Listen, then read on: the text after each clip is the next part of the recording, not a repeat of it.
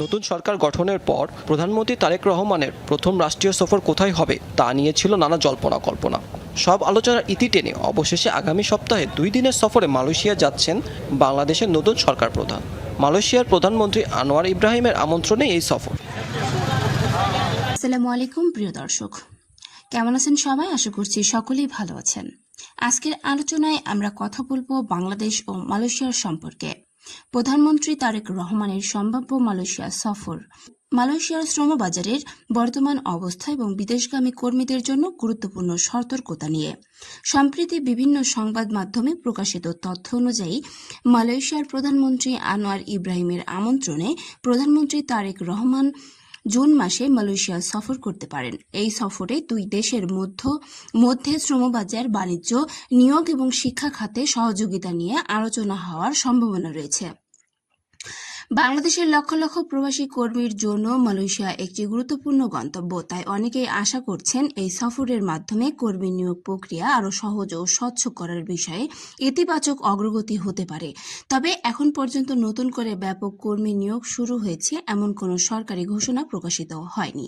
তাই সামাজিক যোগাযোগ মাধ্যমে ছড়ানো গুজব বা যাচাইবিহীন তথ্যের উপর নির্ভর করা উচিত হবে না।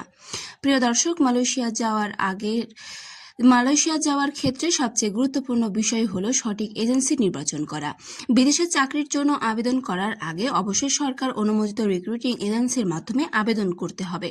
কোনো ব্যক্তি, দালাল বা ফেসবুক বিজ্ঞাপনের প্রলোভনে টাকা লেনদেন করা অত্যন্ত ঝুঁকিপূর্ণ। চাকরির অফার লেটার, চুক্তিপত্র, ভিসা এবং অন্যান্য কাগজপত্র যাচাই না করে কখনো অর্থ প্রদান করবেন না। অনেক প্রতারক চক্র দ্রুত ভিসা, কম খরচে বিদেশ পাঠানো বা নিশ্চিত চাকরির প্রলোভন দেখিয়ে সাধারণ মানুষের কাছ থেকে টাকা নিয়ে থাকে। তাই সতর্ক থাকুন।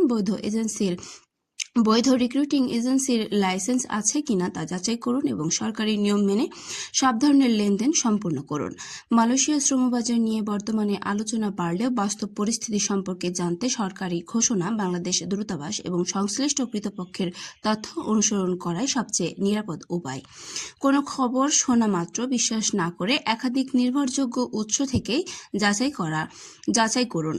সবশেষে বলা যায়, প্রধানমন্ত্রী তারেক রহমানের মালয়েশিয়া সফর দুই দেশ সম্পর্কে আরও জোরদার করতে ভূমিকা রাখতে পারে এবং শ্রমবাজার নিয়ে নতুন আলোচনায় এগিয়ে নিতে সহায়ক হতে পারে। তবে কর্মী নিয়োগ বা কলিং ভিসা নিয়ে চূড়ান্ত সিদ্ধান্তের জন্য অবশ্যই সরকারি ঘোষণার অপেক্ষা করতে হবে। তো বন্ধুরা, আজকের আপডেটটি এতটুকু পর্যন্ত। সকলেই ভালো থাকুন। সবাইকে ধন্যবাদ। নতুন আপডেট পেলে অবশ্যই আপনাদেরকে জানিয়ে দিব। আল্লাহ হাফেজ।